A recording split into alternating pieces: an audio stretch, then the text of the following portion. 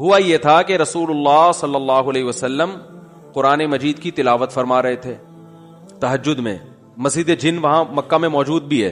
تو جنات کا ایک وفد وہاں سے گزرا. انہوں نے جب قرآن سنا تو بڑے حیران ہوئے. یہ تو بالکل ویسا کلام ہے جیسا موسیٰ علیہ السلام پر نازل ہوئی تھی تورات اور حضرت عیسیٰ پہ انجیل. یہ تو بالکل ویسا کلام ہے. یعنی ان کو اندازہ ہوا کہ یہ پیغمبر ہیں. وہ ہو سکتا ہے جن بھی پڑھے لکھے ہوں, یعنی اہل کتاب میں سے ہوں. تو وہ اچھا اس میں توحید کا بیان بھی تھا. تو وہ جنات جا کے اپنی قوم کو تبلیغ کرنے لگے. اچھا پھر ایک اور واقعہ یہ ہوا تھا کہ جنات جب آسمانوں پہ جاتے تو شہاب ثاقب کے ذریعے ان کا آسمانوں پہ داخلہ بند کر دیا گیا. تو یہ خبر بھی جنات میں پھیل گئی کہ پہلے ہم جاتے تھے کچھ نہیں ہوتا تھا, اب جانا روک دیا جا رہا ہے. یہ جو شہاب ثاقب ہوتے ہیں نا, چنگاریاں, اس پہ سائنسدان اعتراض کرتے ہیں یہ تو ویسی رگڑ لگنے سے, یعنی ستاروں کی ایک ٹکڑے, سیاروں کے ٹکڑے ٹوٹتے ہیں, رگڑ لگنے سے یہ ہوتا ہے. تو یہ کوئی اسلام کے منافی نہیں ہے.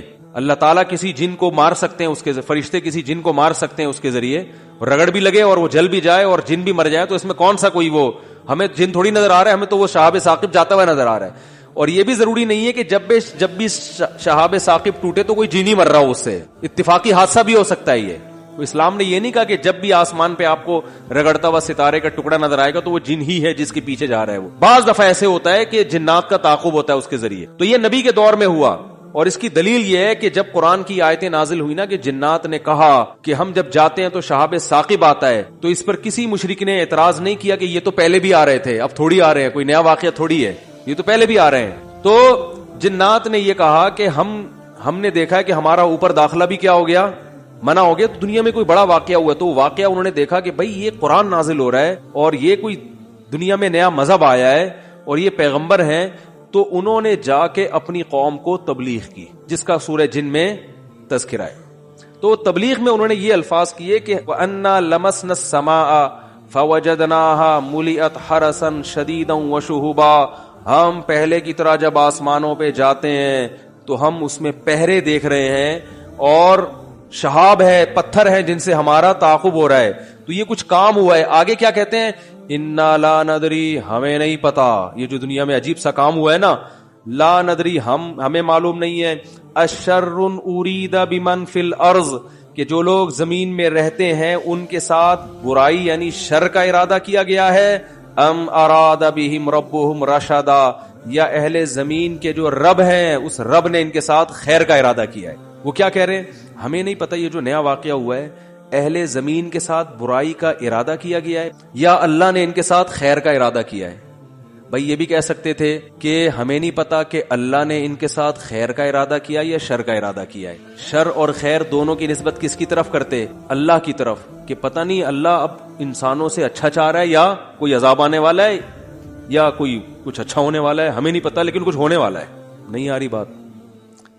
ارے بھائی جنات کو جب یہ واقعہ ہوا نا, اوپر جانا بند ہو گیا آسمانوں پہ, تو جن آ کے آپس میں گول میں کانفرنس بلائی. انہوں نے بولا کہ بھائی کچھ کام عجیب سا ہو رہا ہے, کچھ ہو رہا ہے, یا تو کوئی بہت اچھا ہوگا یا کچھ برا ہو رہا ہے.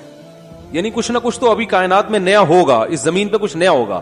بمن فی الارض, اہل زمین کے ساتھ کچھ نیا ہونے والا ہے. اب یہ نہیں پتا کہ اچھا ہونے والا ہے یا برا, تو یا تو دونوں میں اللہ کا نام نہ لیتے, یہ کہتے ہمیں نہیں پتا اچھا ہونے والا ہے یا برا ہونے والا, یا اگر اللہ کی طرف نسبت کرنی تھی تو یہ کہتے ہیں ہمیں نہیں پتا کہ اللہ اچھا کرے گا یا اللہ ان کے ساتھ کیا کرے گا, برا کرے گا. بھائی جو بھی کرے گا اللہ ہی کرے گا نا. لیکن جنات کا انداز دیکھو, وہ کہہ رہے ہیں جب برائی کی بات آئی تو اللہ کا نام درمیان سے غائب کر دیا. اشر اریدا, پیسو وائس, ارادہ کیا گیا ہے. کس نے کیا یہ نہیں بتا رہے, کیا تو اللہ نہیں ہے. برائی کا ارادہ کیا گیا ہے زمین والوں کے ساتھ یا اللہ نے اچھائی کا ارادہ کیا ہے. اب آئی سمجھ میں, تو کتنی تمیز ہے جنات میں ہے. وہی حالانکہ شر کا ارادہ بھی اگر کیا ہے تو اللہ نے کیا ہے, خیر کا ارادہ بھی کیا ہے تو کس نے, لیکن قرآن جنات کے ان الفاظ کو نقل کر کے, قرآن نا سمندر ہے, بہت سارے مضامین قرآن میں ہوتے ہیں, ایک ایک آیت میں بہت ساری چیزیں نکل رہی ہوتی ہیں. تو اس سے یہ بھی پتا چل رہا ہے قرآن تمیز بھی سکھا رہا ہے ہمیں کہ جنات سے تمیز سیکھ لو, ہمیشہ شر کی نسبت اپنی طرف کرو. بھائی میری کوئی کوتاہی ہے جس کی وجہ سے شکست ہوئی ہے, جیسے غزوہ احد میں شکست ہوئی تو صحابہ نے تو اپنے آپ کو جھونک دیا تھا, شکست ہو گئی تو قرآن نے کیا کہا, تمہاری وجہ سے ہوئی ہے, ٹھیک ہے نا, تم نے پیغمبر کی اس معاملے میں اطاعت نہیں کی. صحابہ نے یہ نہیں کہا واہ ہم مدینہ چھوڑ کر آ گئے پیغمبر کے لیے, اتنے ساری ہم نے قربانیاں دے دی اور اسباب کی دنیا میں کامیابی کی امید نہیں تھی, پھر بھی ہم نے اپنے آپ کو میدان جنگ میں لے جا کے جھونک دیا. اب ایک گھاٹی پہ اگر 50 آدمیوں کے میں سے چند لوگوں نے اگر امیر کی اطاعت نہیں کی تو اس کی ہم سب کو اتنی بڑی سزا مل رہی ہے. دوسرے کوتاہی تو انہوں نے کی ہے اور قرآن کہہ رہے کہ تم نے کی ہے, سب کی طرف نسبت کیوں کی جا رہی ہے؟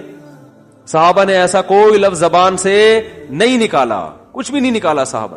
اے اللہ ہماری غلطی ہے, ہم استغفار کرتے ہیں, آئندہ یہ کوتاہی نہیں ہوگی. تو کیسا کامیابی کے اصول ہیں یہ. تو بھائی دیکھو, دنیا میں آپ کو اللہ کی مان کے چلنا ہے, آخرت میں پھر اللہ آپ کی مان کے چلے گا. سمجھ رہے ہو نا؟ پھر آخرت میں اللہ کہے گا کہ وَلَكُمْ فِيهَا مَا تَشْتَهِي أَنفُسُكُمْ, تمہیں زبان سے نہیں بولنا پڑے گا, جو دل میں تمہارے خیال آئے گا نا, خواہش پیدا ہوگی, اس دل کی خواہشات کو اللہ وہاں پورا کرے گا. دنیا آزمائش کی جگہ ہے, پیڑے کھانے کی جگہ نہیں ہے. یہاں آزمائشیں ہیں, اور اگر کوئی آزمائش نہیں ہے تو یہ خود ایک آزمائش ہے. جیسے قرآن نے کہا ان الانسان خلق ہلوعا اذا مسہ الشر جزوعا واذا مسہ الخیر منوعا, کہ انسان کو جب شر پہنچتا ہے جزوعا, جزا فضا شروع کر دیتا ہے, واویلا, ہائے میرے رب نے یہ کر دیا, ہائے میرے اللہ نے یہ کر دیا میرے ساتھ, میں ہی ملا تھا اب ٹینشن دینے کے لیے. اور جب خوشیاں ملتی ہیں منوعا, اللہ فرماتے ہیں کنجوس بن جاتا ہے, میرا مال میں خرچ نہیں کروں گا, میں غریبوں کا خیال نہیں کروں گا, میرا پیسہ ہے, میری محنت ہے. تو کہیں الا المصلین فرمایا کچھ لوگ ہیں جو معتدل ہوتے ہیں کہ جب غم پہنچتا ہے تو صبر کرتے ہیں, خوشی پہنچتی ہے تو اللہ کی اطاعت میں اور زیادہ بڑھ جاتے ہیں. اور وہ کون لوگ ہیں؟ الا المصلین الذین هم علی صلاتهم دائمون, وہ نمازی جو اپنی نمازوں کی حفاظت کرتے ہیں. اور والذین هم من عذاب ربهم مشفقون, آخرت کا سوچ سوچ کے ڈرتے رہتے ہیں. لفروجہم حافظون, اپنی شرمگاہوں کی حفاظت کرتے ہیں. الا علی ازواجہم او ما ملکت ایمانہم, سوائے اپنی بیویوں کے کسی اور کے پاس نہیں جاتے. لاماناتہم وعہدہم راعون, اپنے ایگریمنٹ کے پابند ہوتے ہیں, کسی کو زبان دے کے پیچھے نہیں ہٹتے معاہدوں کے. تو اللہ نے جو خوف دن کے دل میں نا ان کی یہ صفات بیان کی ہیں, فرمایا یہ نارمل لوگ ہوتے ہیں. یہ کیا ہوتے ہیں؟ نارمل.